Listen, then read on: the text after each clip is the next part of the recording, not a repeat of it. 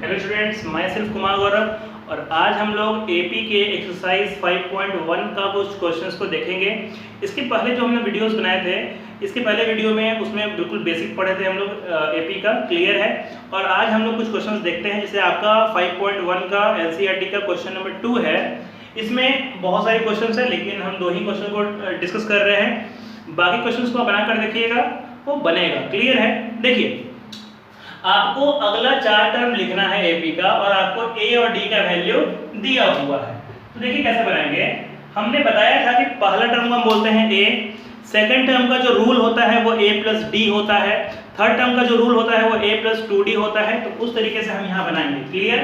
तो मेरा पहला टर्म हो गया a, सेकंड टर्म क्या होगा तो a प्लस डी, यानी अगर हमको a2 लिखना है मतलब सेकंड टर्म लिखना है तो क्या होता है रूल a प्लस डी। तो मतलब a का वैल्यू कितना 10 और d का वैल्यू कितना 10, मतलब कितना हो गया 20।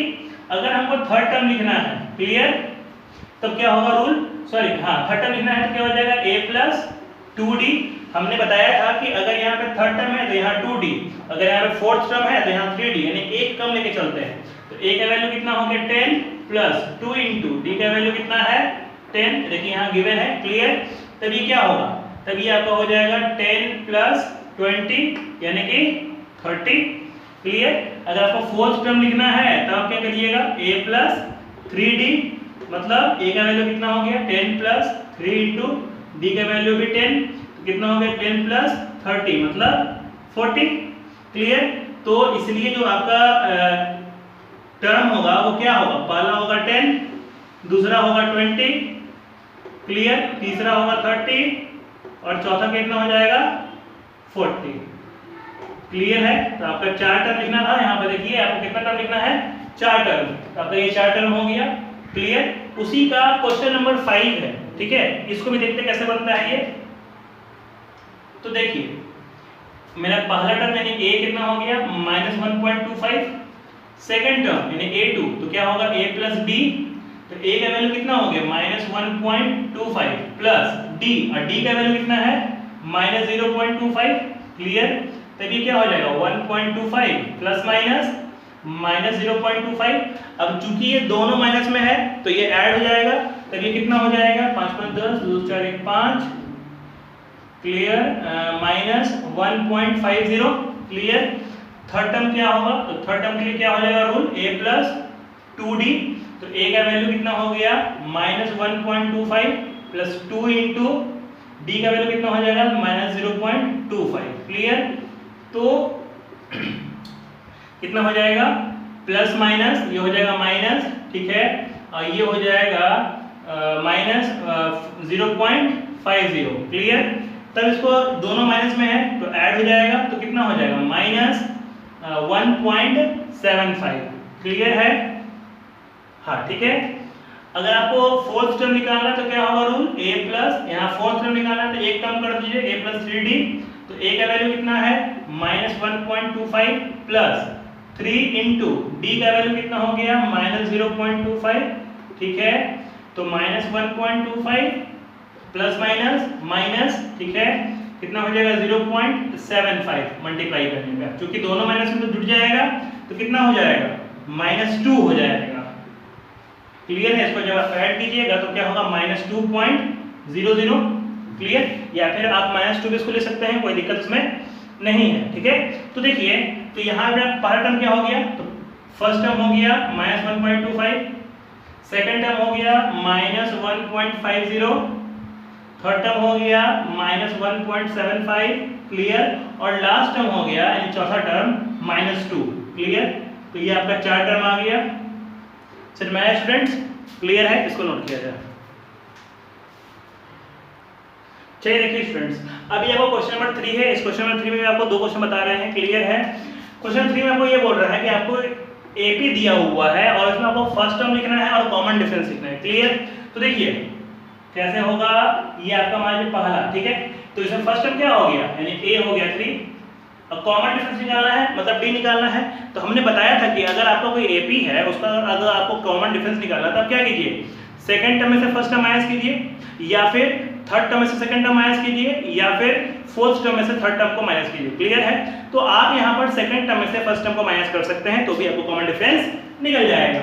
यानी अगर आपको d निकालना है तो a2 माइनस a1, तो यहाँ पे सेकंड टर्म मेरा क्या हो गया? देखिए ये मेरा फर्स्ट टर्म है, तो ये मेरा सेकंड टर्म, यानी कि 1 माइनस 3 यानी कि -2, इसलिए d जो मेरा होगा वो क्या हो जाएगा?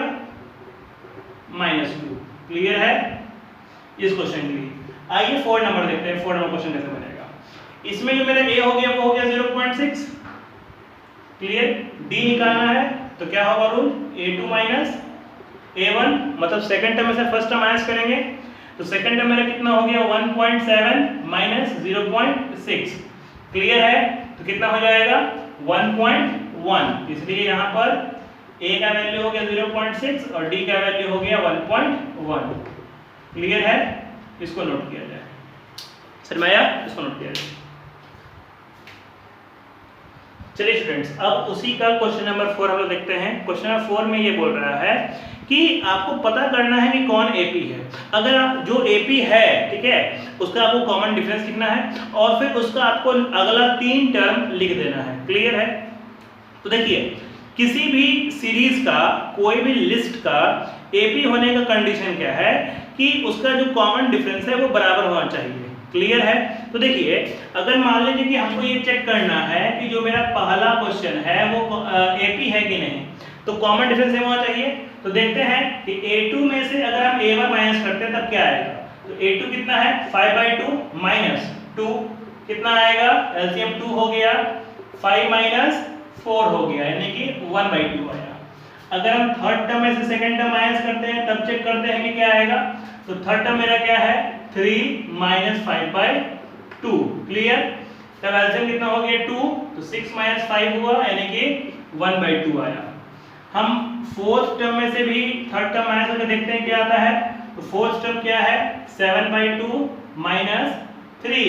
ठीक है? तो एलसीएम 2 हो गया, क्या हुआ? 7 माइनस 6 यानी 1/2। तो देखिए, तो हर अगले टर्म में से पहले टर्म को जब हम माइनस कर रहे हैं तो कितना आ रहा है? 1/2। क्लियर? तो इसका मतलब कि ये आपका एपी हुआ। तो अगर ये आपका एपी हुआ तो इसमें मेरा a का वैल्यू हो गया 2, ठीक है, d का वैल्यू हो गया 1/2 और आपको अगला 3 टर्म निकालना है। ठीक है? देखिए, 1 2 3 4 यानी कि 4 टर्म दिया हुआ है, तो अब अगला कौन सा होगा? फिफ्थ टर्म, यानी आपको निकालना होगा a5। तो a5 का रूल क्या होगा? a plus 4d। Clear? a का वैल्यू कितना हो गया? 2 प्लस 4 इंटू, और d का वैल्यू कितना हो गया? 1/2। क्लियर? कितना हो जाएगा? 2 प्लस 2 मतलब 4, यानी कि जो इसके जस्ट बाद का टर्म होगा वो आपका 4 होगा। ठीक है? इस तरीके से आप 2 और निकाल सकते हैं, यानी कि 6th टर्म और 7th टर्म। क्लियर है? चलिए, अब हम लोग थोड़ा इस क्वेश्चन को भी देखते हैं। क्वेश्चन नंबर 12 है मेरा। ठीक है? ये क्वेश्चन कैसे डील होगा? देखिए, आपको दिया हुआ है, पूछा है एपी है कि नहीं, तो पहले इसको फिर से लिख लेते हैं। तो √2, ये जो √8 है इसको कैसे लिख सकते हैं? 2 × 2 × 2, तो √8 हो जाएगा। ठीक है? ये जो आपका 18 है इसको आप ऐसे लिख दीजिए 3 × 3 × 2। क्लियर? ये जो आपका 40, ये 32 है, इसको आप ऐसे लिख दीजिए कि 2 × 2 × 2 × 2 और फिर × 2। क्लियर? तो अब यहां समझिएगा कि ये आपको क्या हो जाएगा? ये हो गया √2, क्योंकि रूट में पेड़ लग के निकलता है, तो इसमें 2 2 में से एक 2 निकल जाएगा, तो क्या हो जाएगा? 2√2। ठीक है? इसमें 2 3 है तो एक 3 निकल जाएगा, तो क्या हो गया? 3√2। इसमें देखिए, इस पेयर में से एक 2 निकलेगा इनटू, फिर इस पेयर में से एक 2 निकलेगा, लेकिन एक तो अंदर रह जाएगा, तो मतलब ये क्या हो जाएगा? √2 2√2 3√2 और ये हो जाएगा 4√2। तो देखिए, तो इंक्रीमेंट हो रहा है। पहले सिर्फ 1√2 था, फिर 2√2 हो गया, फिर क्या हुआ? 3√2 फिर क्या हुआ? 4√2। तो सही इंक्रीमेंट चल रहा है। तो कितना भी इंक्रीमेंट हो रहा है? √2 का। कितना इंक्रीमेंट हो रहा है? √2 का। कैसे भाई?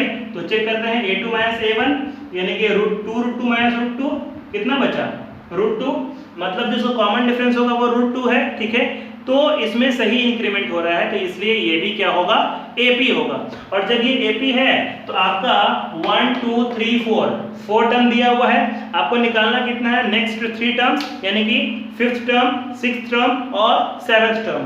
तो अगर आपको निकालना है 5th टर्म तो रूल क्या होगा, a प्लस 4d, तो a का वैल्यू कितना हुआ, √2 प्लस 4 इंटू डी का वैल्यू फिर √2, मतलब √2 प्लस 4√2 मतलब क्या हो गया 5√2। तो अब हमको 5 को बाहर नहीं निकालना, समझिएगा बात को, कि अकॉर्डिंग टू क्वेश्चन इसमें पेड़ लग के बाहर नहीं निकला हुआ है, ठीक, तो मतलब हमको 5 को अंदर रखना है, समझिएगा बात को, ठीक है। तो चूंकि 5 जो है वो रूट के बाहर है, ठीक है, तो मतलब अगर हमको 5 को अंदर रखना है तो रूट के अंदर क्या लिखेंगे, 2 बार 5 लिखेंगे, तब ना एक बार 5 बाहर आएगा, इंटू 2 यानी कितना हो जाएगा, √50। क्लियर, मतलब कि √2 √8 √18 √32, अब फिर √32 के बाद क्या आएगा, √50 आएगा। क्लियर है, इस तरीके से आप बाकी का बचा हुआ 2 टर्म और निकाल सकते हैं। क्लियर, तो ये आपको समझ में आया एपी, ठीक है। वीडियो का आपको अच्छा लगा तो चैनल को सब्सक्राइब कीजिए, वीडियो को लाइक कीजिए और वीडियो को इतना ज़्यादा हो सके उसको शेयर कीजिए। आज के वीडियो में इतना ही, धन्यवाद। जो भी क्वेश्चंस इस चैप्टर से पूछना हो आप उसको यूट्यूब के कमेंट सेक्शन में पोस्ट कर सकते हैं। धन्यवाद।